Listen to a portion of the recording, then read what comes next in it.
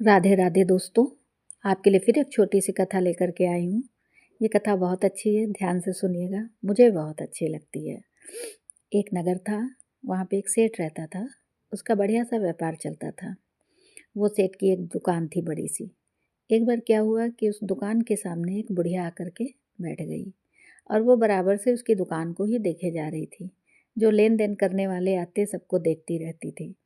तब उस व्यापारी से सोचा कि वो बुढ़िया बराबर से देखे बैठी है, दुकान ही को देखे जा रही है। तो उसने पूछा, माता जी आप क्या देख रही हैं मेरी दुकान में? तो बुढ़िया बोली, मैं कुछ नहीं देख रही हूँ, बस मैं यही देख रही हूँ कि आपको कितना फ़ायदा हो जाता है। तो व्यापारी पहले तो चुप रहा, फिर बोला, साल भर का दुगना। अब बुढ़िया ने अपने आंचल से एक नोट निकाला, 1 रुपए का नोट। बोली कि मैं बहुत गरीब हूँ, किसी तरीके से मैं ये 1 रुपया बचा करके लाई हूँ, आप इसे व्यापार में लगा दीजिए अपने, और 25 साल बाद मैं हिसाब लेने आऊँगी। तो व्यापारी ने सोचा चलो गरीब है, इसका 1 रुपया क्या जाता है, लगा देते हैं व्यापार में। तो उसने उसका व्यापार में 1 रुपया लगा दिया। फिर धीरे धीरे करके 25 साल बीत गए। 25 साल बाद वो बुढ़िया आई, सेठ से बोली, नमस्ते सेठ जी। सेठ जी बोले, नमस्ते। तो वो बुढ़िया बोली, आपने मुझे पहचाना? सेठ जी ने कहा, हम नहीं आपको पहचान पाए। बुढ़िया बोली, मैं वही हूँ जो 25 साल पहले 1 रुपये आपको दे गई थी, आपको अपने व्यापार में लगाने के लिए।